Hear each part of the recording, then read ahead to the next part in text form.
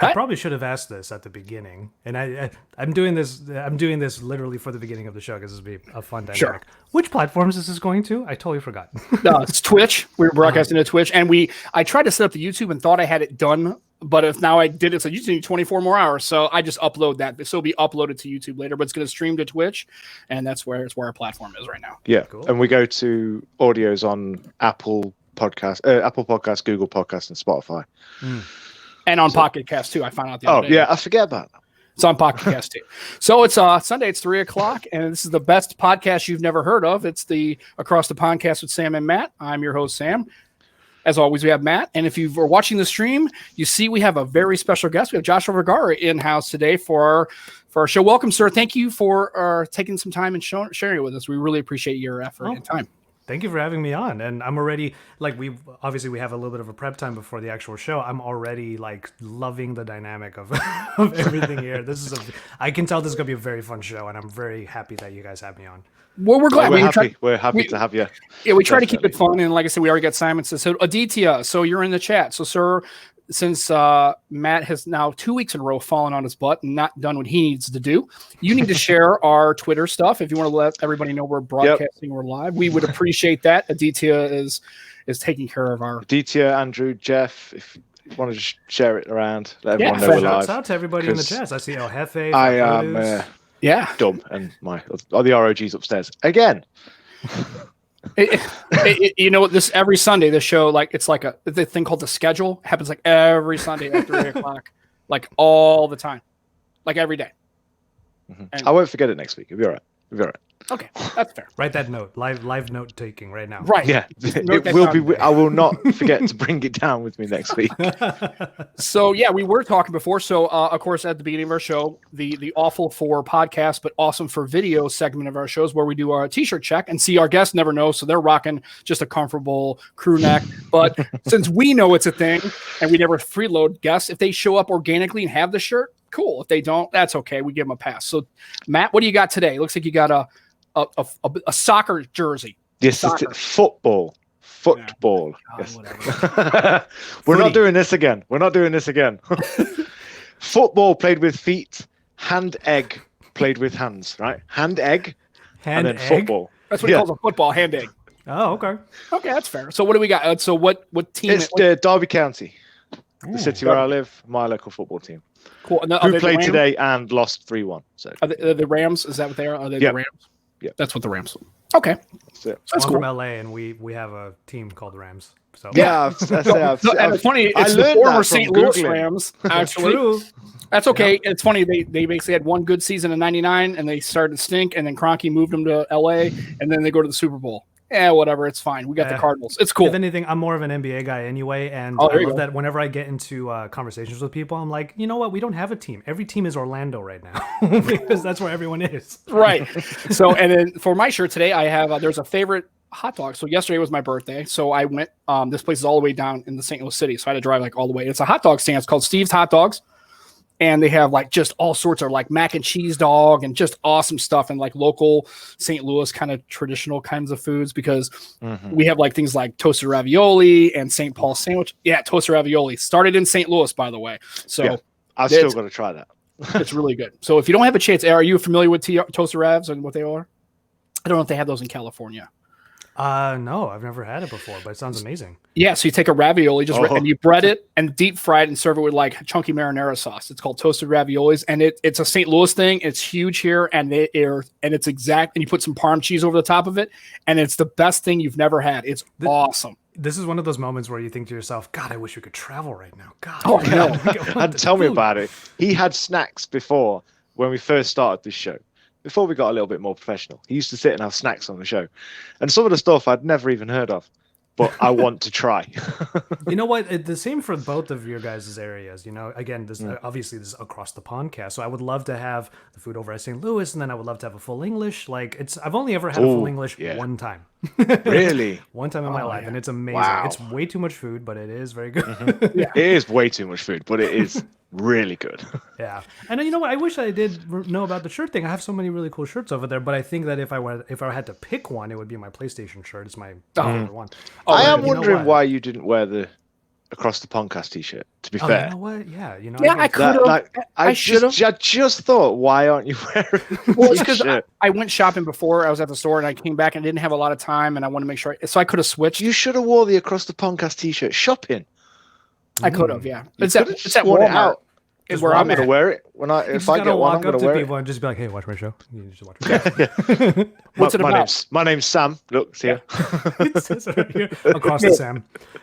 Across so yeah, no, actually, my name is Steve. I just wore Sam's shirt because Steve's out because I'm the new employee that didn't get the new shirt, so I got to wear somebody else's name tag. I got to do that. You know what though? To make up for the lack of a shirt, this is a Uniqlo shirt, by the way, and I will always rep Uniqlo to the death. But I do have a dope mug that I can. There you show. go. That is That's Mega Man cool. X. Shouts out to the girlfriend Issa for getting this for my birthday last month. Wow, that's cool. I love. Yeah, we have an etched mug with it, but that's really cool. I'm glad. Those are still. You'd be surprised. Those little gifts like that, they're always so thoughtful, and you always they don't cost a lot of money, but they're thoughtful, and those are always the most best gifts to get. I think. It is. I've got some glasses upstairs that I've never used them because I just don't want to risk dropping it or anything like that. Well, it just shows the thought process, right? Because you guys saw Issa was on our homie TK's podcast yesterday. Yeah. And she's obviously out in Manila. We have a super long distance relationship.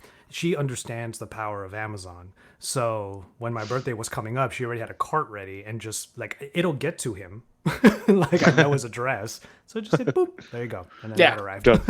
Sounds perfect. And also, in lieu of not having a shirt, I am rocking the Across the Pondcast coffee mug. So we have some merch. We don't know what's going on as far as how that's ever going to happen. We maybe in the future we'll talk about that. So Josh, you said you're in California. Are you originally from the California area? Where were you originally from, and kind of how did you get out to where you're at? Oh, well, I'm born and raised in Los Angeles, never felt the need to leave, especially, during a time when we used to travel a lot. So I've explored many parts of the world, so I never really felt like I had to leave LA. I love it here, and I've been very fortunate to be able to like still do the job that we have now, still be here, not really feel the urge to move somewhere like New York. I know a lot of our friends are in New York. At one point, actually, London was on my list of places to be. And then even places like San Francisco. But you know what? SoCal is just like, I went to school in San Diego. So really, Southern California is just my heart. And I just never really felt the need to leave. And also, it's funny because when we're in the tech YouTube space, LA is a YouTube town. But tech YouTube is very much like, it's like a clique in a way. Like I don't really talk to YouTubers in LA as much as I would love to. There are a ton of them here.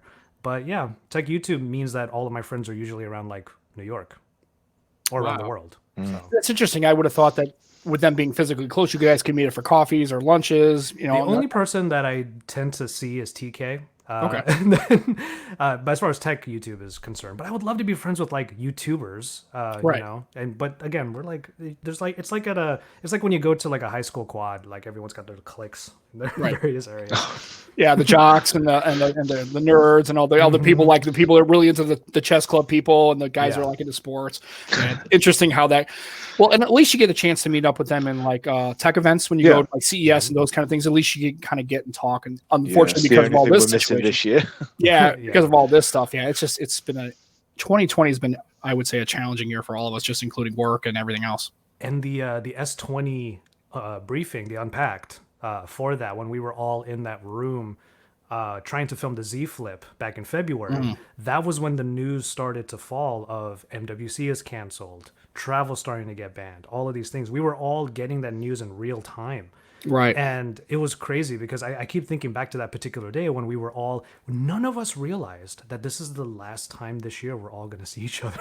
Right. I mean, and how could you? I mean, really where I work, I mean, they didn't actually have a contingency operations plan for this. They didn't have pandemic. They had, attack. They've had a fire, natural disaster, power outage. They do really, and it's funny. So we're actually working outside of our business continuity. So our organizations, like we went basically the entire system went on contingency operations, and they literally were working from home. So we're pretty sure we have the bandwidth to work all this. I guess we'll find out on Monday when we turn the lights on and see how this all works. And luckily, it's working out pretty well. But it's you guys are a lot worse off though than we are. Yeah, We're just it's- starting to get back to normal now. We're Everything's about starting to to hit that open up. cliche of every podcast turns into a rant about. yeah. So we purposely stay away from that just because. Yeah, we try and stay away from that. And it's not because we don't care, we don't have opinions, obviously, but we try to we like to have this podcast is that 1 hour a day where people can kind of disconnect and they don't have to. Yeah.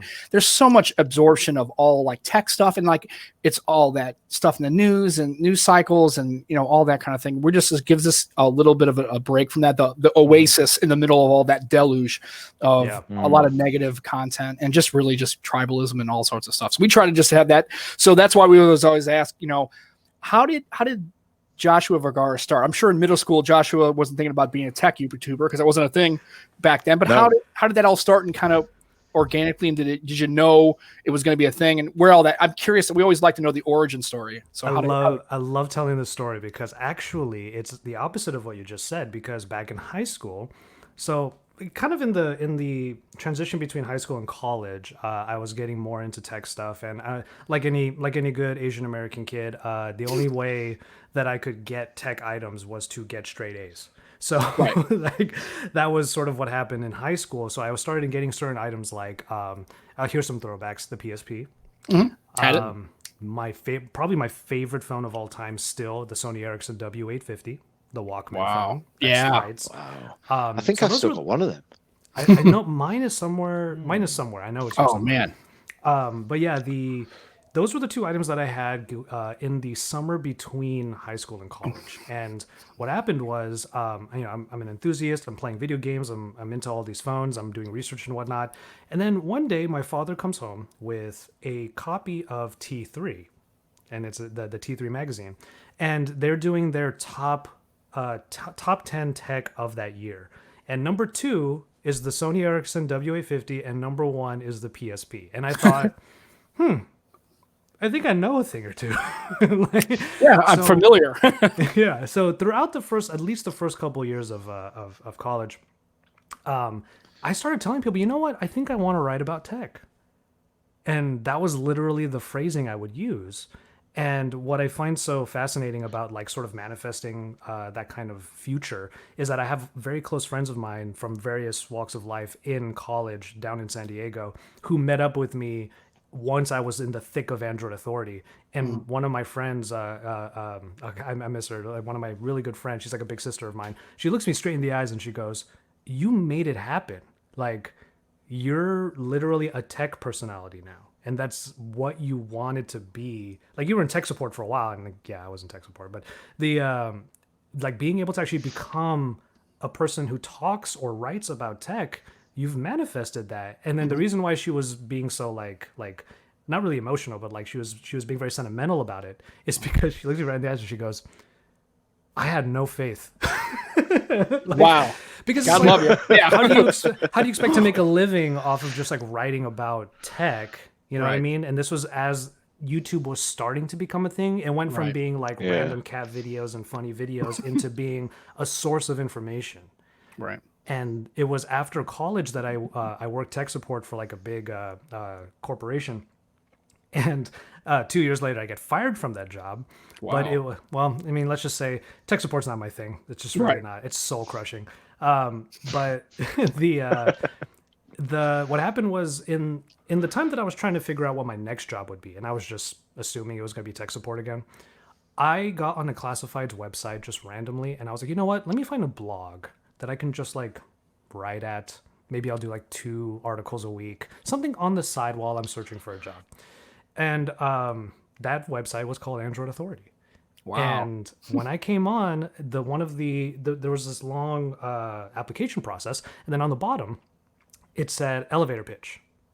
And I was like, oh, that's cool. Like, I've never seen an application have something called elevator pitch before. I was like, okay, so 1 sentence. What can I say? If you want someone who's good with words, is good in front of and behind the camera, you want Joshua Vergara. Wow. So that was what I wrote. And God bless the Android Authority guys. I will always have a place in my heart for them.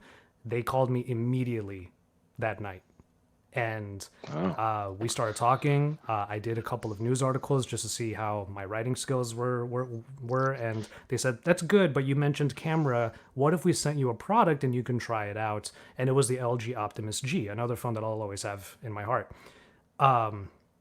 I filmed it, and I came into that video precisely thinking I'm gonna make a Top Gear level video of this phone. Obviously failed at that, but they were like, you know what? He's got some chops. So from there, and over the course of the next 6 months, it went from me thinking I was gonna do 2 articles a week to doing every video on the YouTube channel. Well, not every, but like a lot of them. I have to admit that you were in a lot of them. That statement is powerful. I mean, if you don't really, I mean, listening to you say that statement about hi, I'm John, you want somebody who's good in front of the camera. I mean, writing that and kind of putting that out there, that's kind of a powerful. It's kind of like, it shows confidence, and I'm not almost teetering towards arrogance, but it's like that's a powerful statement for somebody. Well, you know what it was? It was me literally not caring, because it was me looking at this listing and thinking, well, it's a blog, you know, like no offense to Android Authority now, but back then it was a website just starting out. So it was like, if I don't get this gig, I'm okay. So I might as well just say whatever I want, you know? Yeah. You swing for the fences kind of thing? Yeah. Yeah. So that's what it ended up being. And then like 6 years later, it just got to a point where I knew that I wanted a sort of a change as far as the career was concerned, and that was when I decided to make my exit from Android Authority. And now I'm here with, my brand JV. I do work with Pocket Now, also do their podcast. So I'm just kind of putting myself in a lot of different places because I have the ability to now. You know, so when an invitation like across the Pondcast comes up, I'm like, I mean, yeah, absolutely, why not? Best podcast you've never heard of, yeah. And the funny thing is, and then we, on the flip side of that, we hear this, and we're like, Joshua Vergara wants to come on our show, our little small. That's okay, sure, absolutely, yeah, we could do that. So, and it's the interesting thing is, and now, so this is like your full-time job, right? You're writing and you're all that kind of thing. This, for me, is not any of that. So I have no, we have no misconception, at least I don't. When I started this a couple of months ago, that Joe Rogan experience, we probably are not going to. Which is we do this because we enjoy it, and we enjoy talking to the creators that we follow and respect. So it's just, when we get the community guys involved, and it's just a bit of fun for us, and we enjoy doing it. Yeah. That's mainly what it's about. So I was actually just reading some of the comments over here on the side. Yeah, we were too. Yeah, there's some people who share the sympathy for the tech support and not feeling that as a career. Yeah. And then and Simon, this is a pretty good one. Yeah, I like this one. Turn it off and turn it back on. Yeah, you have no idea how many times that was actually a call. Yeah, or is it plugged in? Yeah. Oh, my computer's not working. Did you reach around the back and actually make sure that the power plug is seated? Oh, it's unplugged. Yeah, these are things, these electronic things, they need this electricity stuff. You should probably give that a try. Just plug it all the way in. And it's like, oh, it works. Thanks. Okay, great. I can tell you, I work in it's really not technical support, it's more application support. And you'd be surprised that just because of the people I deal with, you would think that because they are in positions they would be a lot more computer like troubleshooting with it. No, they're still regular people at the end of the day, and still do those things. It's funny that you mentioned that, because that wasn't my experience with it was a financial company that I worked tech support for. So we're talking about like huge investors and people who own companies and whatnot. Huge. Actually, you know what? Like we were talking about sports earlier. One of their clients now, not back then, but now, is Rob Gronkowski. Yeah, he's pretty important. Yeah. So the thing is, the difference was, and the reason why it was probably so crushing for me, is that these are people who literally pay other people to solve their problems and to know things that we think they should know. But they have the money to not even have to worry about learning that stuff on their own. So here I am trying to teach them when they're just not willing to learn. So that was like half the job. That's the worst part of the job, though, is doing stuff like that for stupid, lazy people who could do it, just don't want to. Well, and I used to always have this thing where I would help. I used to be a police officer, so guys would have problems with their computer or whatever, and I was like, "Do you want me just to do this, or do you want me to tell you how this is done, so that way you can do it later?" They're like, "No, I just want you to do it." So I'm like, okay. They thought changing the wallpaper was like high level stuff. Exactly. Yeah. They're police officers, not exactly coders, right? So, and it's funny. We do have a question from Q3, Steve Becker. I thought this is kind of cheeky, but I thought you maybe wanted to throw your comment in. This is kind of funny. So what's the deal with this? Okay, so this is the funny thing that I actually asked Jaime this to his face during one of our podcasts. I was like, I'm curious as to why the culture of Pocket Now is that Jaime is the Apple shill. Like how I'm did that happen? curious how this happened. And he actually told me, and this is paraphrasing, so that all the details actually in that other podcast. But basically, back when Pocket Now was in its sort of inception, he literally was the Apple reporter. So he has he has a lot of knowledge behind Apple's inner workings, and he knows the history so well and whatnot. So okay, I get that. But I will admit that there are times, we just recorded a podcast yesterday where basically we were talking about smartphone cameras, and Jaime was like, well, it's not really like, the iPhone just did it right. And what's funny is like, what's so funny is you hate it, but in a lot of ways it is true. Like that's the Apple syndrome, is that they do get a lot of stuff right, and it's so easy to hate on them, but you got to admit that for certain applications that matter to us, like for example, creation, being creative and whatnot, their cameras are pretty dope, I gotta say. Yeah. And here's the funny thing. I mean, I'm definitely an Android user. I don't care for iOS necessarily, and that's more just the software design. It's just I like a little bit more flexibility. But I mean, if you're a person who sits there and just hates on Apple just because it's just for the sheer hate of Apple, then you're being disingenuous and you're not really being honest with even yourself. No person who's a tech lover, especially a mobile phone or mobile device user, you can't deny how well made, well executed iOS and Apple is. That look at them. They're on almost $1 trillion company on accident. There are reasons why they are that good. And my whole family except me, actually my stepdaughter, I just got her to use my Note 10. Piss my wife off something fierce, because she's like, she is the blue text person, and not for the social reason, like, oh my god, it's like that guy's lame because he's a green texter, right? It's not that. It's just because it works. iMessage just works well. She doesn't know why it works well. She just knows it works well. So now it's coming from an Android device, so it's now green. So now her own daughter has betrayed the faith. She has stepped out of the church, and now she's Android, and I'm over here like, yeah, I've got one down. I'm going to get the whole crew, right? And so it's just funny how you can't deny it. I mean, just when you look at Apple, the iPhone 11 Pro Max, that camera is just a beast. It's a baller. And that's why. And here's a funny thing, and you can go ahead and show us, because even though you're having a So I do have it. Well, this is the thing though. Like a video that I did recently, I sort of alluded to how Jaime and I actually have differing opinions when it comes to our preferences on phones and whatnot. This is the iPhone 11 Pro. I will never get a Max ever again. Right. Like I despised the 10s Max. I could not stand having that phone. It was too big, and it was one of those. It was one of the only times that I actually thought that Apple design was really bad, because it was like, how do you have a phone that big and there's even less screen than there should be, right? Because not only because of the notch, but also it just was a bulky phone, and because the sides were so smooth, and it's like a very smooth angle, like it would slip out of my hand so easily. I need a phone that I can easily grip, and honestly, the term that I've been using more often in this quarantine era, as I call it, is quality of life. Like little quality of life features are what make me remember your phone, right, or your product even. So if the quality of life is not really high, then you could have the best software, the best camera, the best whatever. But if it's annoying to use, there's no reason for me to like it then. Right. I mean, it can't be an impediment to your usage. Yeah. I mean, it just can't be. So, and then Aditya makes a comment here about Apple's crazy good.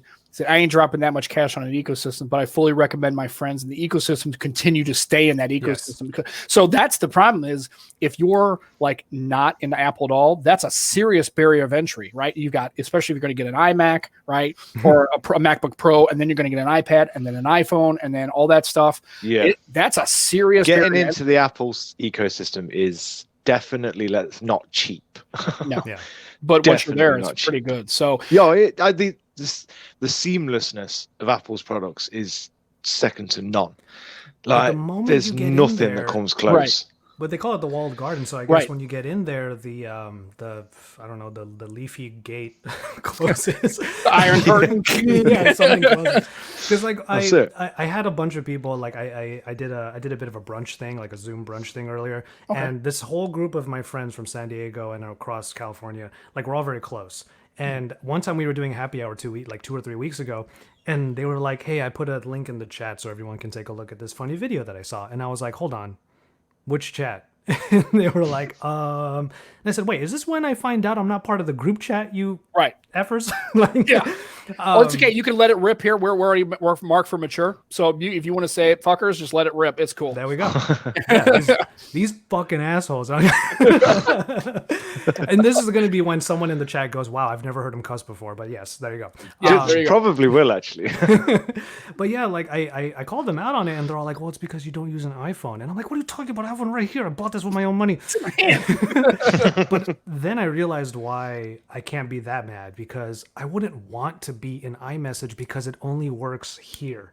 Right. It only works here. Why can you please just make a web app or something for iMessage so that I don't have to have this phone on me at all times on top of all the other phones I'm reviewing? Right. That's just too much. I mean, yeah. And obviously, it's a JV problem. It's not even a regular problem. And it's almost first world. It's not a normal person problem. Pretty much first world, yeah. Yeah, we're talking like maybe 1.5. Oh, definitely, yeah. Oh, damn it! I've got to carry these 2 really expensive phones around with me all day. Oh. I'm a straight advocate for the man bag. Just saying. Oh yeah, like, no, I don't care if I look like a fuckboy. It's just. And here's the problem too: is like. Well, trust me. You're not going to drop your phone if it's in your bag, are you? Yeah, no. I just turned 45, and if you ever, you know who Bill Burr is, the comedian Bill Burr. Yeah, have you ever? Bill Burr. Yeah, I actually met him once in St. Louis. I actually have a picture of it. He's a really good dude. And he talks about like you get to that point where you're like, you're on the teetering. Should I say that or should I do that? Yeah, fuck it. I'm just going to say that and just let it go, right? Because you're just like, I don't, no fucks given. And it's funny because my wife and I always have and she'll pop in, which is really professional. She'll just like come in my show and just like, hey, and I'll have food. It's great. My dog will walk in. This is awesome. Right? Yeah. So when we meet people, the level we're on. Yeah, we rip on each other all the time. Like me and Matt kind of fuck with each other, and so we'll rip on each other in public. And people are like, "Man, are you and your wife like cool?" I'm like, "Oh yeah, this is like our thing. We have to do this, right?" Because she'll come up to me and she'll ask me a question. I go, I wish we had this device where you could hold it in your hand and actually had its own separate power, and you could just say things to it and it'll tell you information about the weather and apps. We should develop and invent a device you can carry in your hand like that. She goes, "You're such a dick. Why do you have to be such an asshole?" and my favorite phrase is Google that shit, right? My daughters will come up and go, "Hi, what's the area of a triangle?" I said, "Google it." Well, yeah. I said, because you can now. When I was a kid, there was no Google that shit. You had to know it was 1/2 base times height. Yeah. My daughter's like, "How do you know that?" I said, "Because it was buried into my fucking skull." Because I had like Sister Mary's Psycho with the math ruler. Just like, bang it, you will learn Pythagoras, A squared, B squared. We never had that. We got told you won't carry a calculator around in your pocket forever. Well, they didn't know the future, did they? Right. You know what? I bet you, like, I wonder if there's a podcast out there where the first thing they do with their guests is give them a long division problem. Yeah. Like, we should do that. We should do that. See what's... What's funny is I told my daughters, I said, now because of the internet and Google, I mean, you can literally just put those numbers in. It'll calculate the area for you. But the whole point is Google, like, you just have to put the right syntax in the search term and it will do it. Like the star symbol is times and all that. It's like, problem with that is we'll make our generation stupider because they won't need to off the ball know it on the top of their head. They have to get the phone out. It's also, there's another thing too, like, just thinking back to when I was in college and high school, even my generation was lacking in this one fundamental thing that I feel like all education should have. If you do poorly on a test or if you don't know the answer, there should be like systems in place for you to like learn what it is and remember it because you got it wrong. But in our case, with like standardized testing and all of these things, like I feel like we're just trying to get. It's all about the result, and it's not about the retention. Right. Which is why I remember when I went to study abroad back in college out in Oxford. Actually, we were taught what the Oxford style of learning is, and I was like, that's fantastic. That's way better than what we got here with like our 80 people in one class. Like everyone gets it wrong. I've always seen that, and I'm like, that's really unusual. Like that doesn't happen here. And very small, close-knit classes. So you sort of, everybody knows the same things. You've got people next to you all the time, and the teachers can communicate a lot easier. Yeah, 100%. Well, and the funny thing is, so it sounded like you were really a self-starter, but before we started this show, you said you have kind of a dichotomy with your life that you don't always seem to be motivated to get to the works, and I find that to be kind of interesting because for when you listen, it's funny when you said that I was like, that can't be a thing, right? Because you watch, watch people, and this is really a kind of a self-starting kind of thing. You have to really kind of be a go-getter and a hustler. Mhm. But then you self-admitted, you're like, yeah, sometimes I don't always. It's really good content. Yeah. So I'd like to Exactly. expand. I'd like to expand on that just because it shows like the more like the real side of like our shit. Yes, it's not the polished B-roll. It's like, yeah, sometimes I have an issue. I thought this was. Can you expand on that? Because it was fascinating in our talk. So this is going to add to what we already talked about, and I will make sure to reiterate what I said before. But I will say that I feel like I'm kind of that artist who needs a manager and a team of like a publicist and all those things. Not to say that I'm famous enough for that. What I'm saying is what I told these guys for the chat and for the listeners. What I told these guys was, I've learned in this quarantine era that at first what I said was, it's funny that we have all this time during lockdown and none of us are using it. Like, right. Because we have all this time to do I could learn like another language, but instead of learning Korean, let's say, I'm just watching Korean dramas. Like it's not the same thing. Right. But yeah, the thing I said was I'm probably very good at what I do. I'm sure people would say so. And I've heard it. But the thing is, I might be good at what I do, but I'm only good at it once I do it. I'm the laziest person. I have the worst work ethic. And it's literally the same thing we've been talking about high school and college that I had back in my learning days where here's a story. One time I was always good at writing. Writing was always really good as far as my grades were concerned. There was once a writing class that I was in where my cousin who went to school with me, she was a senior and I was a sophomore. We were in that same class together, and I would actually help her with her writing. So one morning after I helped her with her writing and just sort of fleshing out what she was thinking, we arrive in class, and I'm on my laptop as class is coming in. There's literally 5 minutes left before class starts, and a paper is due. Right when the teacher walks in, I hit submit, and my cousin goes, "What did you just do?" And I was like, "Oh, I just wrote it like in the last hour." And I got a better grade than her. And she freaking hated she hated my guts. And what I loved about that, like that's my perfect like analogy is like I'm the worst when it comes to work ethic, even if my work is really good. So that's really what it is. So with everything that there are two things I would say. With everything that I have built so far, yes, I was part of a team with Android Authority. I'm very blessed to have it. I'm still part of a team now with basically with Pocket Now, with Jaime as my partner / collaborator. So there are systems in place for me to still do work because it is expected of me. But as far as me self-motivating, I'm not the best at that. I understand that systems and planning and preparation are like 80% of the problem. And I just need to be better about that. Rather than waking up in the morning and just going, let's wing it today. Like, I gotta stop winging it. But I will say this. It might be sheer force of will that I am where I am. But at the same time, I've also been very honest with myself about what my goals are. And I have no, I guess they call it delusions of grandeur or anything like that. I'm not trying to be like some super famous YouTuber. I don't even really care about 1 million subs. I just want to continue liking what I do. And I don't even care about things like Teslas or anything like that. I know that's you're not a YouTuber until you've got wow, Tesla. then you're definitely outside. Not only are you green texter, but you're like not a Tesla guy. Like terrible. You're definitely outside the club. I would love a Tesla, but it's not a goal. I just love that and there's nothing wrong with them doing this, but I just know that we know so many people in the tech space, but also in just YouTube in general, like probably like once every 2 months there's another picture of their Tesla on their feeds, and it's just like, I get it, bro, like, be proud of your Tesla, that's cool, but it's a car. It's not really I drive a GTI and I love it, like that's all I really need. It's just recently Issa actually asked me like, well, what is a goal that you have in mind? And I said, I've already achieved it. I just want to make enough money so that I can shop at Whole Foods and Sprouts like, indiscriminately. Like I just want to be able to go there whenever I want and buy whatever I want. I've already achieved that. So what's the next part? Like Josh is like, yeah, I got that figured out. And you're like, he's just standing in the aisle, like in the bulk food, going, I could just do this. I've achieved awesome. Yes. People are like, what the fuck is this guy doing? He's just standing in the Whole Foods aisle, like just going, I've made it. He's like walking around like, you made what? It's a 1,000,000,000% my happy place. Issa will tell you that. Oh, it's awesome. It's on great. On the way back from the gym, I would just pop in there and just be like, with my cart, just, I want to eat that and want to eat that.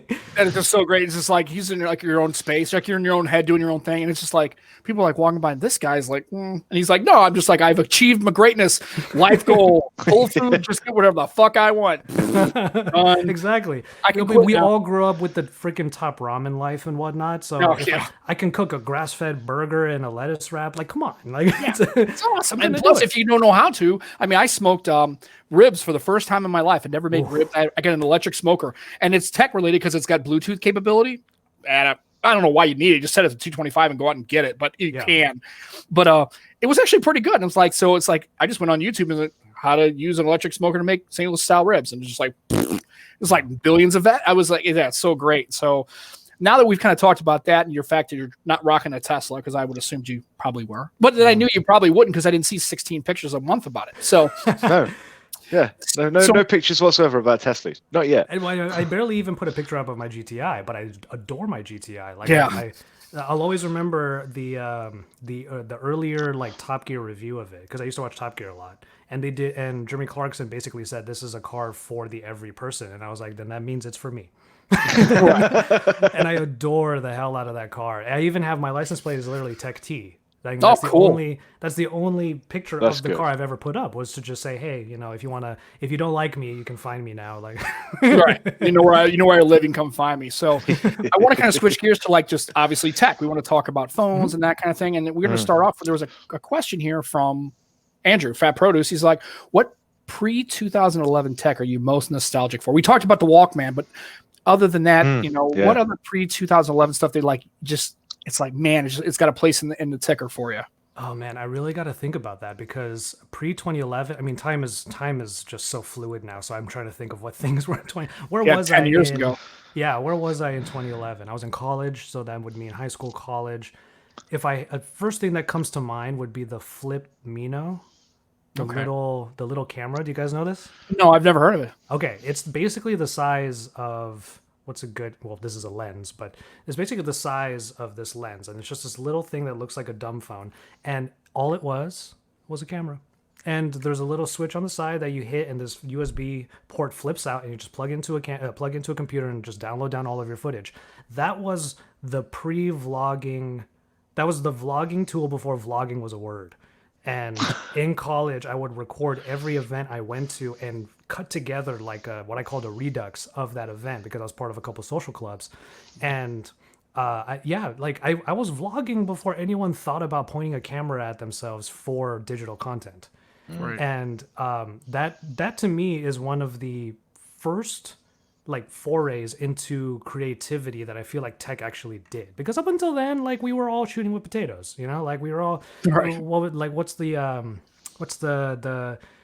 the resolution that it used to be at, like pre 480p, like it was like 240, but it was like 1.2 megapixel. 1.5 megapixel, 180p VGA. That's what it was. That's it.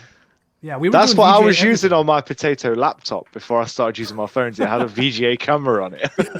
Yeah, and it was VGA, SVGA, like someone just said in the chat, and those were the things that phones, rather, not even smartphones, those were things that phones were doing, and this was the first product to bring like a 480p frame, and it was like, whoa, that's really interesting.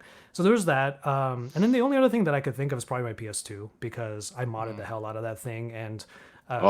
Back in the day when you could. Yes, I modded the hell out of that thing. You got to put like a toothpick in the side so that it thinks that there's a disc in there. Oh yeah. I had that with my PS1. Actually, had the older PS1 that had a card, so it was an action card. So it would start the boot up, and it'd stop the disc, and you'd actually do a hot swap, so it would actually boot up. Yeah. And then you basically put your Japanese disc in there or whatever. And I still have it. It's downstairs. I have a Sega Dreamcast.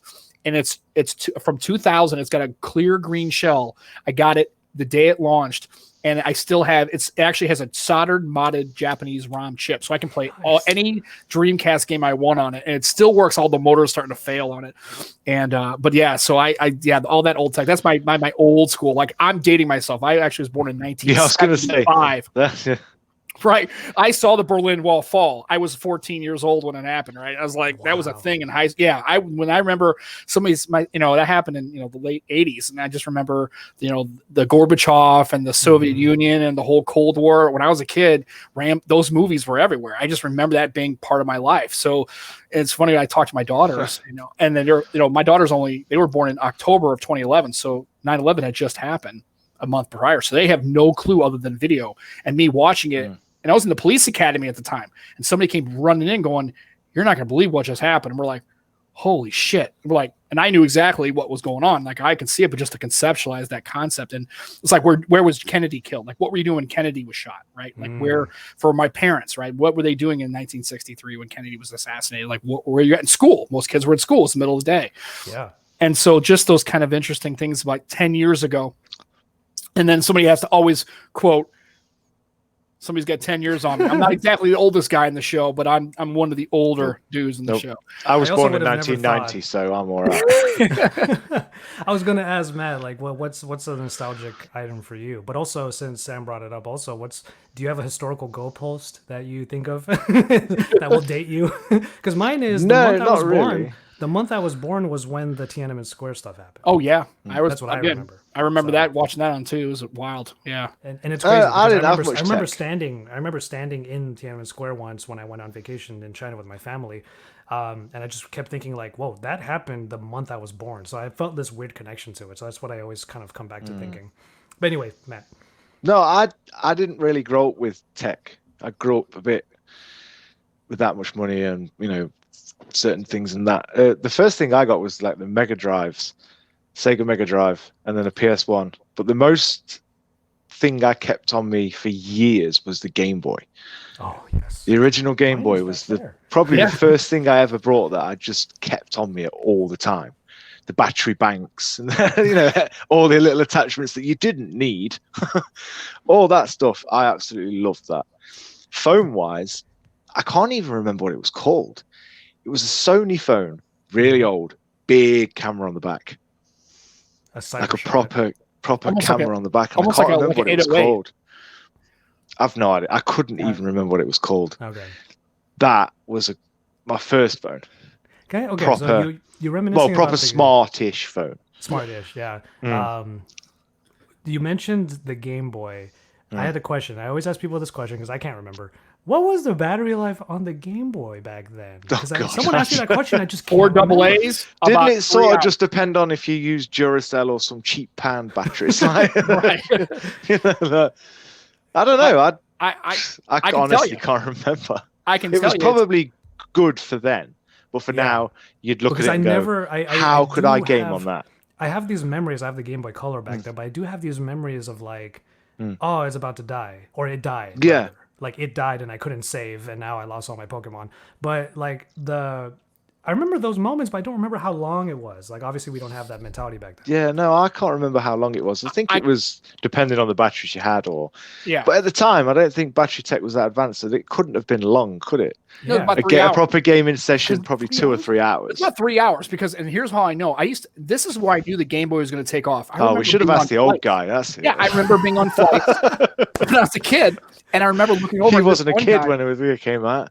Yeah, I remember being 10, 12 years old, being on flights, and there was a gentleman sitting next to me who had a Game Boy in his hand, but he was like an executive looking guy. He's playing Tetris.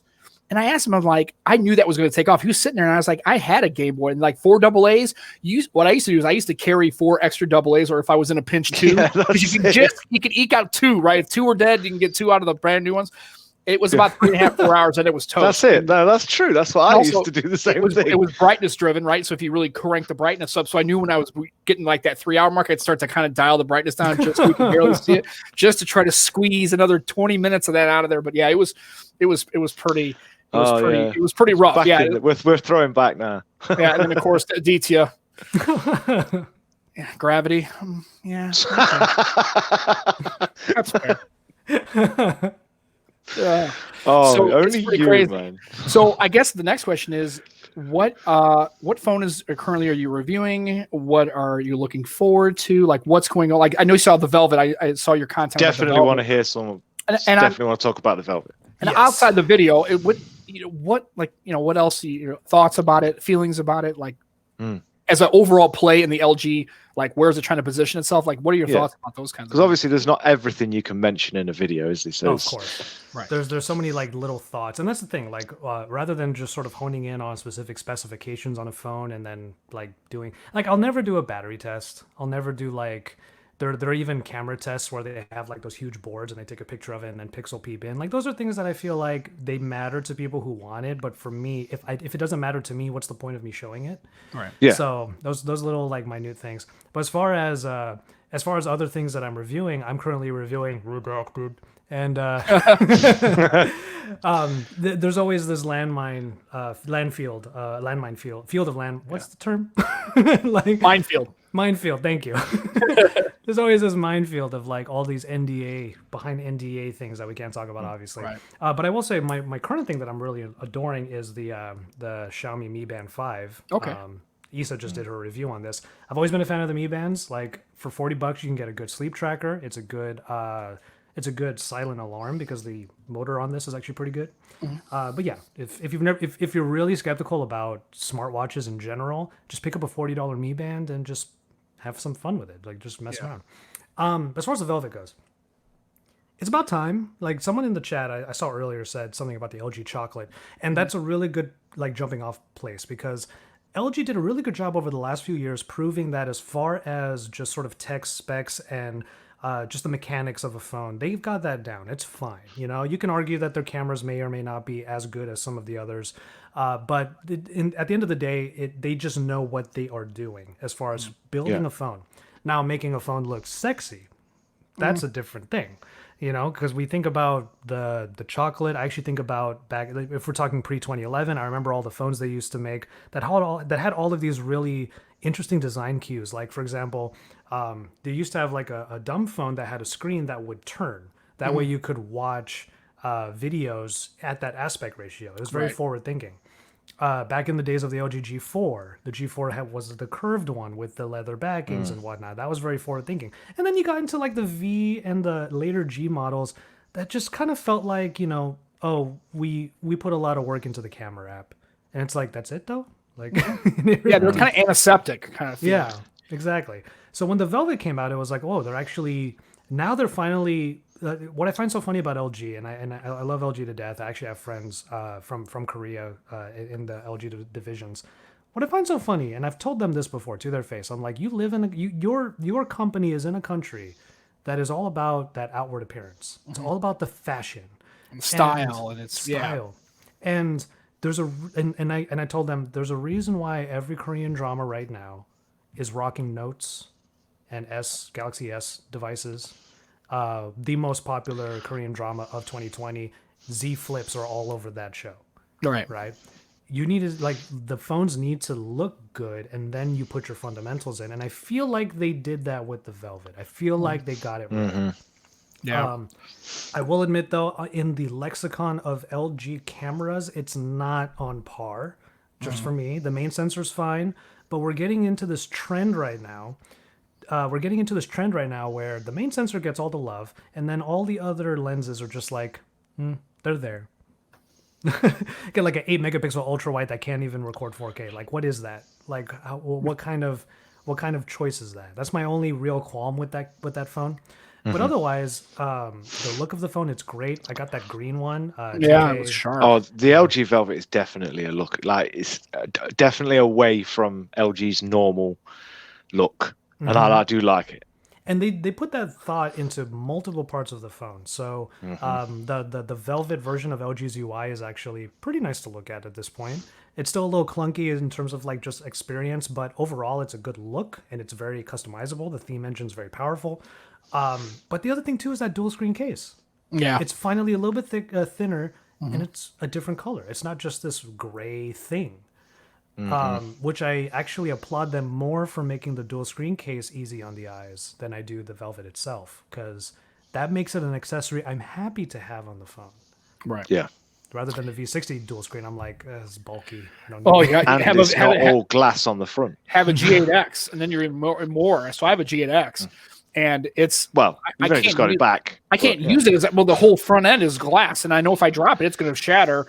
And it's just like I wish they would come out with they take the G8X and make another iteration of the velvet case for like that would fit with other phones, so they can kind of I know they won't obviously, but I have the G8X and the bulk is a problem. Also, I found out that the mag connection won't work with Android Auto, so it'll transfer data, but if you have Android Auto, I checked this out in my Corolla, I plug it in with the case on it, Android Auto won't come up.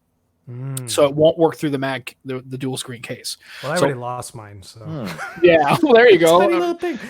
You know how hard I tried not to lose that while I had your G8X here. I know. That little thing, that little tiny thing I'm carrying around. That I've got my other phone, I've got the dongle, I've got my wireless headset. I'm like, this is too much. I just need a phone that can plug everything. I don't need to carry all this stuff around with me. Well, the homie Frat Produce over here was asking, and this would be a question for all of us, because this is a question that keeps coming up recently. I have an example here, actually. This is not the Velvet, obviously, but we did just do content on the X50 Pro with this gimbal camera up here, but it does have a curved screen. So Jaime and I were talking about it earlier, but I would ask you guys as well. Like, I actually want to hear from you guys. How do you guys feel about curved screens? I don't see the point in them. I'd rather have my screens flat. Okay.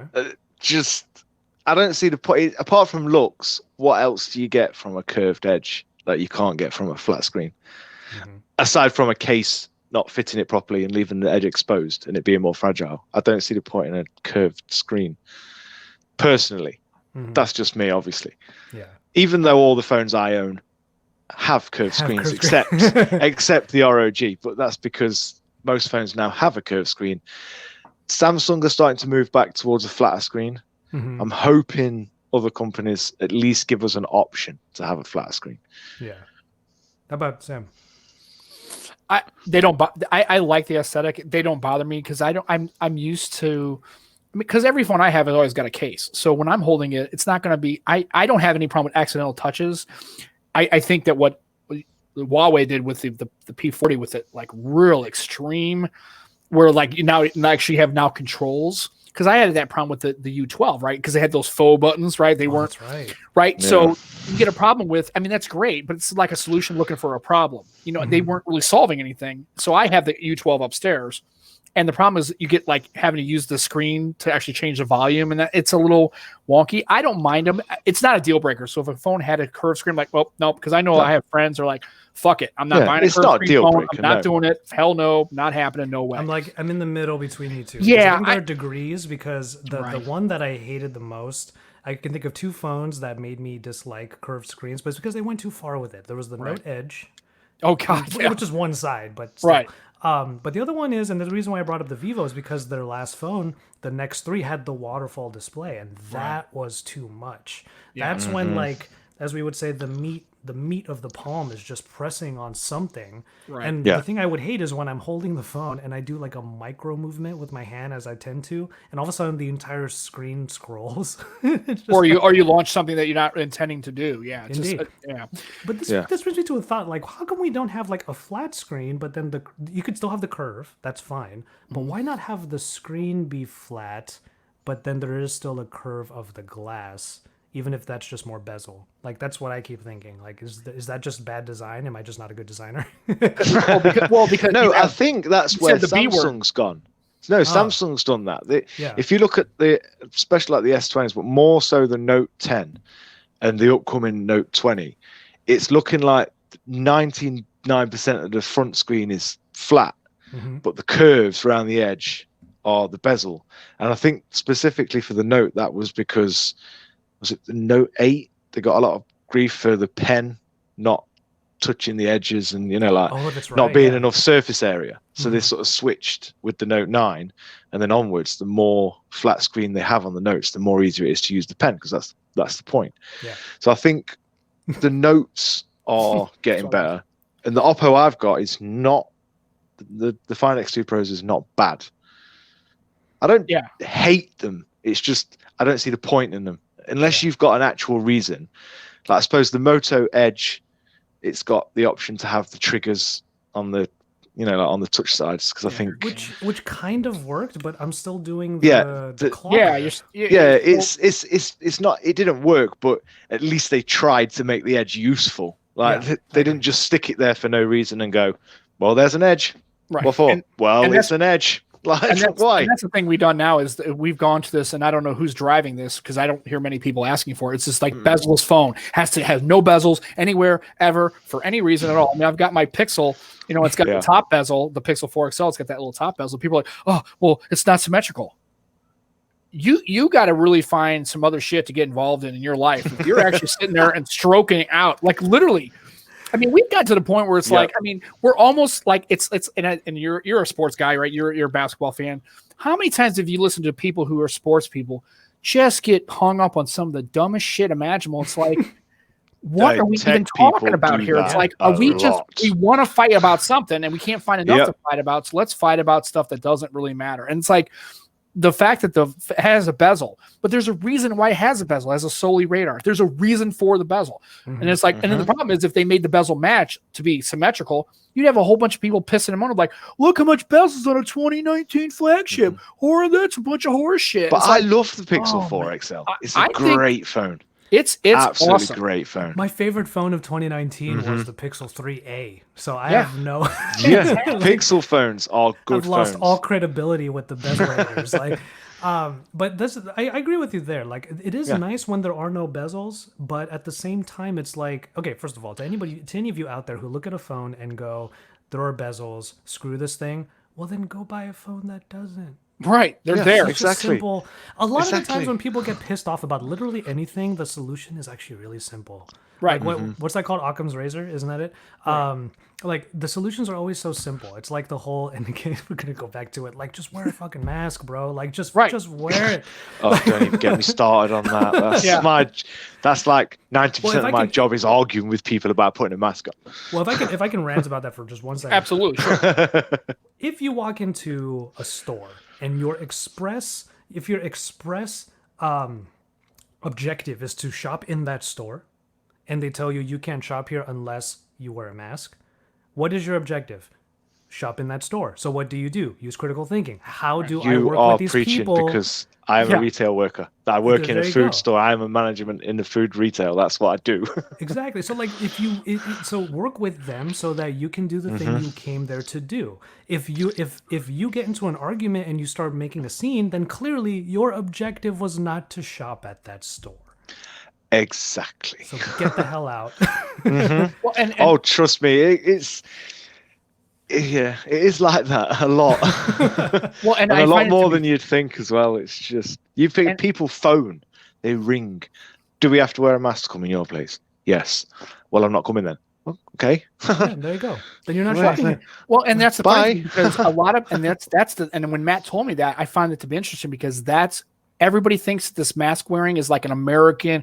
Yeah, fuck it. I ain't doing that kind of crazy shit. I'm an American. No, that's not an American concept. The whole not wearing a mask thing and just being an obdurate dick, that's a universal problem. You got people like that anywhere. We have to wear masks. Right. We're working and it's hot. It's horrible wearing the masks, but we have to wear the masks to be safe. That's the point. Right? And so I just find it funny and you're right. And here's the thing, just at a core level, remember that grocery store chain, that bodega, whatever, that's a private store. If they tell you have to wear a red shirt to come in the store, you have to wear a red shirt. They can refuse anyone service. It's not public. This isn't, you're not going into a courthouse. Well, we're like that. We're a community-based company. Right. So they can tell you to fuck off. It's like they can just walk in for no reason and say, you can't be here. And I was a police officer, and I'm telling you, I used to do that, and they'd be like, hey, you got to tell this guy to get out of here. Why? Because we think he's harassing customers. Okay, pal, you got a pound sand. Sorry, man. Well, it's bullshit. Yeah. It's a private store. They have the sign there, like no shirt, no shoes. And that everyone just sort of says, okay, that's fine. Well, add mask to that sign. Like, that's what you need. Anyway, to get back onto that. There was something I wanted you guys' thoughts on, actually. And this is something that I've been saying on a lot of shows and a lot of videos recently. So the Velvet has the Snapdragon 765G. And we all watched, or in my case, I was there when they announced it, and I was very excited to hear that they were going to create a mid-range processor that would have many of the same performance specs and many of the same experiences, and I was very excited for that. Phones are going to get cheaper, that's great. But then I realized, once the Velvet came into my hands, that I was thinking about it all wrong. Because the 765G if you put that in the hands of anybody, they won't be able to tell the difference. It's a great processor. That phone flies still. We're going to be seeing that processor in more places. Like, how do you feel about the spec side of things? Because as we get into the rest of this year with phones that are below 700, below 600, below 500, if the 765G is at the helm, like, where do you land on the whole like spec race thing, changing I things think up? at this point in time, I don't think specs matter. It doesn't matter. Like, you can have an 865, you can have a 765, you can have a 6. It doesn't matter what's in it, because nowadays, for what most people use their phones for, it's going to run smoothly. Unless you're really going to be using your phone creating 4K rendering, then a 7. It doesn't matter. I don't get why people get so hung up on specs, because me and Juan was talking about this earlier in the Discord. You're not going shopping saying your Snapdragon 865 is going to make your Facebooking experience any better than the 7. It doesn't mean anything unless you are creator focused. It doesn't. I don't get why people get hung up on it, because the Velvet is a perfect example. Yeah. And the TCLs, TCL 10, 10 Pro, perfect examples. The phones run perfectly. Yeah. A little bit of gaming on them, good cameras, good screens. Doesn't matter what's under the hood. Does it work? Yeah. There you go. Is it for what you're going to use it for? It doesn't matter what I want it for. Is it going to be good for what you use it for? Yeah. Then specs, again, they don't really matter. It's also the whole, like, and back to our whole discussion of like people need to calm down about bezels. Like, who in the chat? Go ahead. Let's name yourself. Out yourself. Here we go. Yourself. Josh is gonna go. Just come out and be here. Just own it. Who of you, like, okay, I get it. I might be considered a critic, given my occupation and whatnot, and I get that. Like, I will mention when things either work or don't work, or if there's stutters or if there's lag. But who of you out there are actually using a phone, and the moment you see any stutter, you're like, fuck this phone? Said no one ever. Said no one ever. The thing is, in comment sections, I do see that. Like, there are times when I'm using a phone on a video, and there's like the time code. Saw that lag? This phone sucks. Like, who You are shill. You're just gonna push it anyway, aren't you, Josh? Because you're just a bitch. You're just gonna do it anyway. You're like, holy shit! What is happening here? That's exactly my reaction. It's like, guys, like, it happens sometimes. There's stutter sometimes, guys. Like, it just happens. Even an iPhone stutters once in a while. Yep. Come on. Yeah. And I just every wonder, phone does. Yeah, I just wonder who out there is like that. Like, what? Do you need to meditate or something? Like, yeah, that's precisely it. Like, the 765 is just a processor from Qualcomm. It's just as good as the 865 for what 90% of people are going to do on a phone. It's not going to make a difference to me. It wouldn't even make a difference to me. And I use my phones for like this. If I was using the Velvet to do this, it wouldn't be any different. Yeah. To what I'm doing right now, apart from the fact I'd have a headphone jack and I wouldn't have a stupid dongle plugged into my phone. But apart from that, that's the only thing. You wouldn't notice. Nobody would realize, and I wouldn't notice a difference between the Find X2 Pro and a Velvet, or even a TCL. I could do this on a TCL. Watch my media, play my games, run a stream. Yeah, I guess my thinking about this is it's funny how people complain about the cost of phones, right? And the 865 is known as the driver for that that cost, right? Mm-hmm. So it's like, okay, so you're bitching about the phone being expensive, but you have the 865. So here is a 765G or a 770 or a 660 or whatever to get that price more in alignment with your budget, which what you consider to be a phone you can do, right? That $600 price range. But then you want to, I'm okay if now the price is right, but the processor now sucks because it ain't. It's That's like, exactly it. Yeah. It's like my question. I always go a lot deeper than that. It's like, what are your priorities on a phone? Yeah. Are you if you're a spec dork, right? If you're into it and you got to have 865, then you're going to have to pay to play, and then you're just going to have to be there at that $1,900, $1,200 price point, and you're going to have to rock that. You're going to have to rock a pocket phone. You could you throw one of them at them and say, there's your price, there's your performance. I love that people bring that up, but like there are people who I have discussions with or in the comments, and they're all like, "Well, why would you do this if you couldn't get a Poco?" And I'm like, "Is the Poco even on sale in the U.S.? No." Well, So- yeah, but I live in the UK. He lives in the UK. So for him, yeah, but like, yeah, it's like you. We have the Realmes, the Xiaomis, we have the You want to Oppos, and complain everything about else. a product you can't even fucking buy. It's Yeah, like, exactly. okay, you can't buy a Huawei P40. Go to Best Buy and see if you can go pick one up. Well, then why are you complaining about the fact that the waterfall screen is ridiculous? I said, well, that's not coming to probably any other phone. Or if it does, then don't buy that phone. But it just, I'm totally okay with the Velvet having a 765. I'm okay. I used a BlackBerry Key 2 and it had like, what, a 660 in it? I love that phone. Yeah. That phone Not was that it blasty. matters to me anyway, because I live in the UK, like I just said, and LG doesn't like us. So we don't get any LG phones.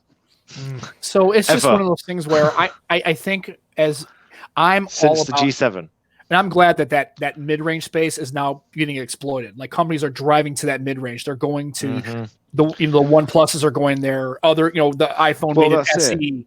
That's like $399. Hell, I'd They're almost buy doing an iPhone market SE. specific as well, aren't they? So Yeah. somebody's like the Velvet, for instance, it's rumored to be coming here. If it does, I'm going to be extremely happy because I used Juan's V50 and I've used Sam's LG G8X, and I do miss having an LG phone and that quad DAC. And if I buy one here, I have to make sure I get the right model so it gets updates and it works on UK networks, no matter which one I switch to, because they use different bands. And it's like, no, just I want a flipping LG phone in the UK. Correct. Yeah. And then Andrew makes this point about Issa making points on TK stream about outside the Western markets having. Yeah, I mean, agreed. I mean, American markets are a little bit more kind of controlled, about carrier control, where it seems like you have a lot more flexibility in Asia and Europe. It's strange though, because for us, because obviously we're in Europe, even though we're closer to you, we get all the mid-range phones the same. We get access to all them. They're all on sale in retailers and everything all over here. The thing is, they're all here too. Is the funny part is like, well, maybe not the Redmi's and the Xiaomi's, and Yeah. obviously, Honors but and stuff. there are plenty of mid-range phones in the U.S. for a good price. But the reason why the reason why it sucks here is because the marketing and the outward expression of those phones is based on the carriers, and the carriers just never have enough budgeted. I don't think that's just a US thing. That's the Well, same. fair. I'm just saying from I my think perspective. That's why. Like, 'cause I know yeah. Cricket's got great phones. I know that we have mid-range phones and T-Mobile and all Boost. that, but they And never Boost talk and about stuff, it. yeah. In Boost, yeah. But the other thing too is like, there's really only one thing that companies have to do in the U.S. this year or maybe next year for their next flagship releases. Please, please, please, companies, I don't care who you are, just add this to your presentations. We think you'll love this phone. It's great. The S30 Ultra Maxi Pad, whatever. And we think you'll love this. We think you'll love this phone. And then put a next slide that goes, but if you think it's a little much, check out this other thing that we have that we created for you. S20 Lite or whatever the case may be, A71, A81. The A range is pretty decent, to be fair. So they just need to say that. Just put that one line in the presentation, and people will suddenly realize, hey, I don't have to pay $1,200 for a phone. Right, and you can get you can Marketing buy is to a the big experience. You can buy to the level of phone. If you're a hardcore gamer and you need bleeding edge tech, then you're probably going to gravitate to a ROG, a Black Shark, a OnePlus. If you just need a phone that works, or if you're like me that doesn't really game on a phone very often because I have access to like a Switch and it's just not a thing I do. Then I'm perfectly okay with that. I was okay with getting the phone. I'm okay with getting. I have a U12. It doesn't have bleeding edge specs. It works perfectly fine. I can still use it and actually I would say some of the audio recording is pretty on par with some phones today. I would say even better. I feel like Sam's clenching his phone. The Key 2, the U12. He loves these phones take it away from like me. a lot. Well, it's because to me, phone is more about the experience. That's why I loved Windows Phone. That that's something I loved using a Windows. I would use one right now if I could get at least 70% of the apps. I did. But the one you got did have a faulty SIM tray. Yeah. But Can they because I just downloaded on one of the on a recent phone, I downloaded the Microsoft launcher and I haven't really played around with it a whole lot. But why Microsoft just make a Live Tiles launcher? Oh God, I would feel like they do have like launcher. Yeah, the problem with that is any hardcore fan like Sam, once you get so far into the settings, it's just Android again, isn't it? Like Yeah, No. He'll enjoy the home screen, No, but then as soon as you start going into the phone, there's only so far a launcher will go, and hardcore sounds like the fans like Sam will be like, no. No, if they could come out with a launcher that pretty much was 90% of like how the Windows Phone looked, like just aesthetically, maybe not the settings menus, I don't care, but like if it was like an actual proper live tile with some hooks for some APIs on some of the Google stuff, if Microsoft could do that, I would launch that. Microsoft don't, but there are launchers on the Play Store. Are like the live launcher tiles and stuff. Launcher 10, they're pretty good. I mean, it's not bad, but yeah, I mean, I have to admit, I do cling nostalgically to those old ones. I'm right there with you as far as experience is concerned, because there's one memory I'll always have with the Key 2, and it's so simple, but when I think back on it, it's like, yeah, that was the experience of the Key 2. I'm in Twitter, press and hold copy by using Control C or Alt C, whatever the key was, and then shortcut T to Telegram, and then whatever whatever it was, like Control V to paste to send to like David, and like it was all just done on the keyboard, just do, and it was very tactile like that. Experiences like that are so rare now, and it's really a shame, you know, like that the most that we'll ever get is like this toggle right here. Like that's the most we'll ever get as far as tactile experience is concerned. Yeah, I mean, heck, when I had my Key 2, I didn't have anything on my home screen because everything was just shortcuts. It was a Shift S or whatever. I had long press S, I had short press T. I got to the point where I didn't even use anything on the home. I didn't even touch my screen really, unless I was using that. It's making me want to get a Key 2 again. So, you know, this is it. This is what it does mine. I never got one. It's one of the phones that got away from me. I never ended up getting one. You try and find one for sale in the UK. There are maybe a couple near Scotland, you know, secondhand, but that's like you can't really find them. But I'm definitely going to try one at some point. I want to get my hands on one, even if they're old. I don't care. I just want that to say I had that experience again. Yeah. Well, I can tell you one thing is I wish an hour and 11 minutes would go this fast at my job as it's gone here. I cannot believe we're already at an hour and 11, and it's. I know, and I didn't even get to. We was talking about the bezels. Right. Sony did the right thing this year. Bring back the headphone jack, bring back the front firing speakers, give us control of the camera. I love that. But what we was talking about on the Discord earlier was the fact that we miss mods like moto mods. Oh yeah. We was taught how you could have the possibilities were endless with that kind of tech, and it was a shame that it disappeared. Modularity is a great idea, but it just left a bad taste in the mouth when all of the moto mods turned out to be not so great. Well, this is what I mean, but it's like with the first generation, second generation, third generation, and so on. Sure. It could have come to the time. Now we could have been sitting here with audio mods, like you use separate DACs and stuff. You could have had a mod for that, and I could be plugged into that right now, streaming in high quality audio instead of this.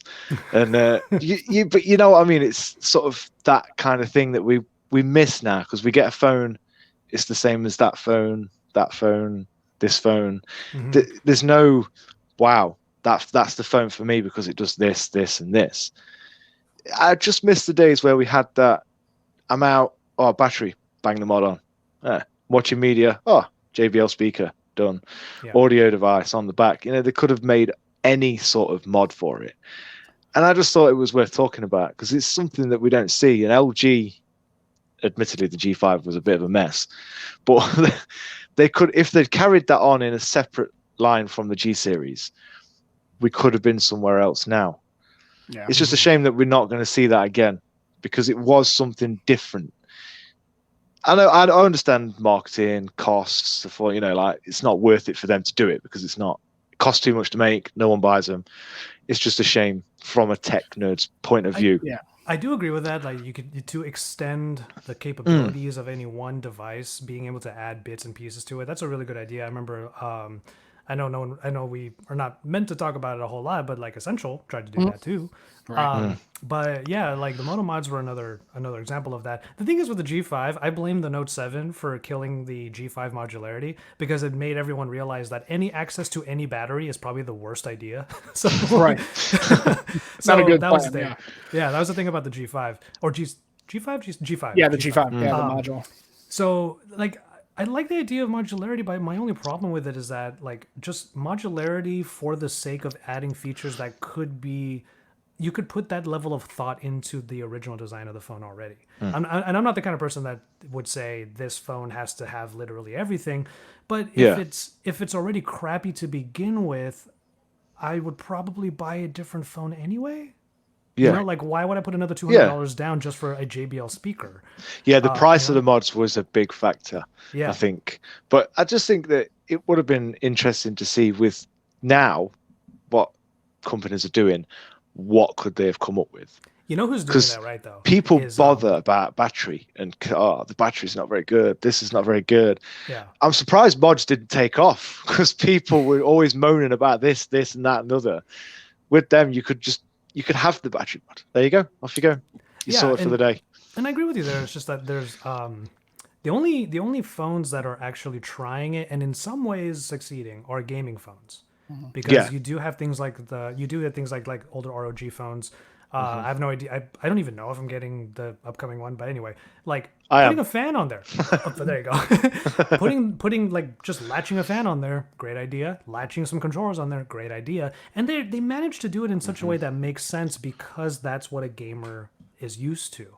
Right. And like with most things in the world, like where gaming goes, sort of the rest of the world kind of goes, because that's where they have the experimentation. That's where you have these laptops that are like, we're going to make the most powerful laptop of all time. And then all of a sudden, the creative world blew up and they realized that gaming specs actually really help us creators. So now we have companies who make gaming laptops that have very sleek business designs, you know, and then I think the same thing should happen in phones, honestly. You know, like my perfect example.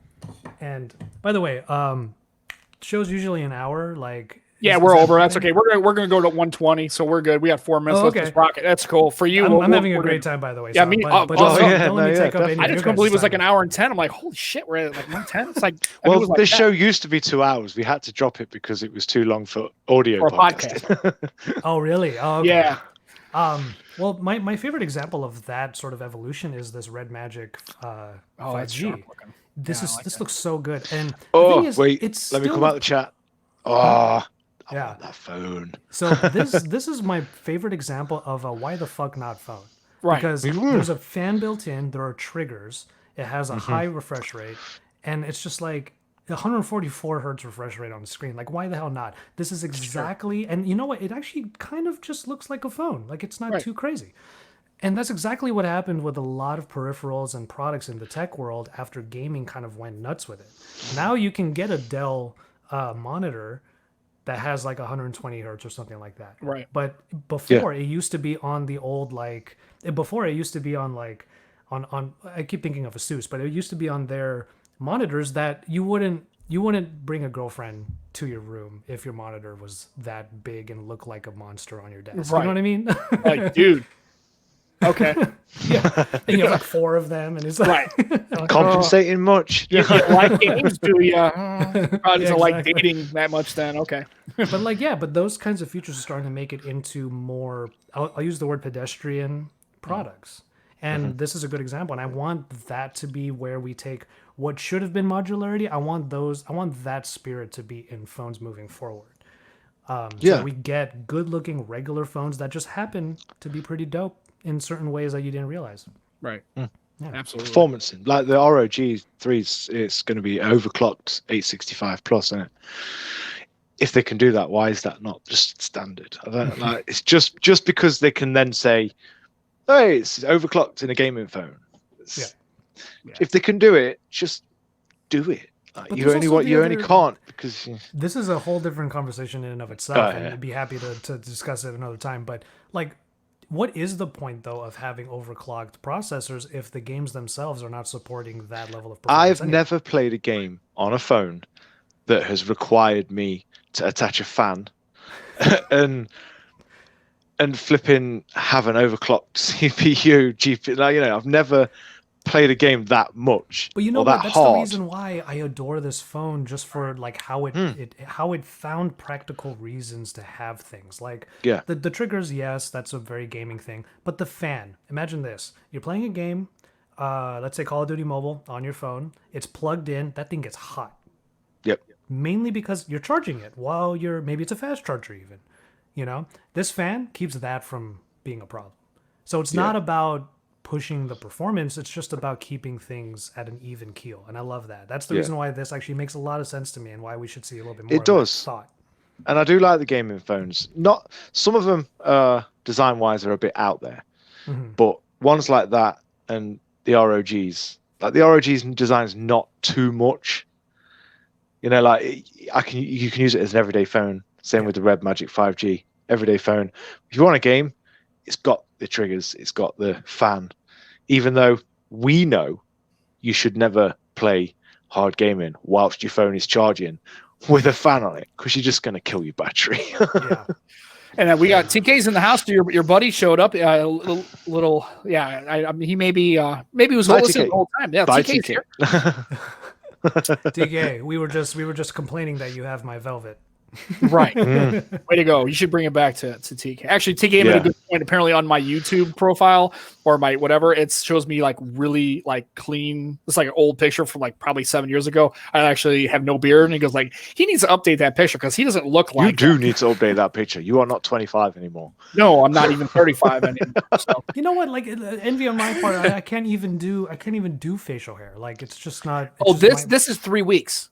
This is 3 weeks. I get 5 o'clock. This is fresh. I actually shaved before I came on the show. No, what's good about me is I get a 5 o'clock shadow at 2:30. So growing facial hair is easy. I was starting to look homeless, so I really needed to sort of trim mine down a little bit. And you know what? This is actually very appropriate because the facial hair conversation comes in when the king of the beard, Mr. TK. Definitely. Epic levels. I can't grow mine like that. I could if it would take me a few years, but I had it pretty good going on about last year when I let it go for like 7 months. It was like it was getting a little woolly mammoth looking. So yeah, TK's beard game is on point. That's for sure. A man never reveals his beard secrets.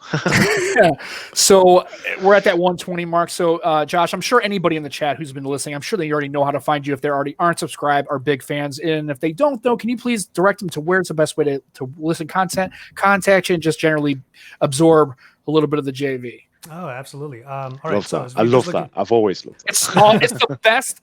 Like, it's awesome. It's like this. It's like this, right? It's almost like that. It's just like bang. Even I can do it, and I'm a nobody. I'm just like some dude, right? It's awesome. Well, I appreciate that, and thank you. Like, actually, surprisingly enough, a lot of thought had to go into that because I was thinking, because I've had this syndrome in my life where I think of cool things, but then people don't really get it right away. Like certain stage names that I've had in the past, like people just don't get it. Like I used to have, when I was a spoken word poet in college, my stage name was Manyoshu, which is Japanese for 10,000 leaves. And but the thing is, people would say "man your shoe," and I was just like, "I'm not talking about your shoe, bro." Anyway, but this seemed pretty easy, and it's just that when the logo comes up on my videos, a little JV just sort of appears on the bottom that way, just in case you don't realize what you're looking at. Nudge him. But in any case, yeah, you can find me across any social media. If you can find me on, I am a little bit more active on Twitter these days, mainly because it's the age of ranting. But also over on my Instagram, I am trying to get better at posting, especially with all the different phones that we're messing around with these days. But yeah, you can find me on either of those platforms at JVTechT, and here comes the phrase, because I'm JV, I love tech, and I love to drink me some tea. There you go. If you want to find me on YouTube, it is youtube.com/Joshua Vergara. Some people have asked me, why didn't you get JVTechT on YouTube? They won't let me. Mainly because like I've already done a name change. So they won't let me change it again. So yeah, youtube.com/Joshua Vergara. And then I do also do the Pocket Now Weekly podcast, and I'm also a contributor over at Pocket Now. Right. Especially since Jaime is stuck in Latin America, is unable to get quite a few of the devices, I have been kind of picking up where I can help out as much as possible. So I may not be at Android Authority anymore, but I'm still sort of like in the pocket of just like collaborations with anybody and everybody, and that's really what I love to do. And Adam's asking about the Pocket Now podcast. Is it still on Instagram? Okay, so this is actually a funny thing, and I was going to say this on the upcoming episode that I'm editing today. I'm trying to move the podcast to a platform where it will get not only a live audience, but also better viewership.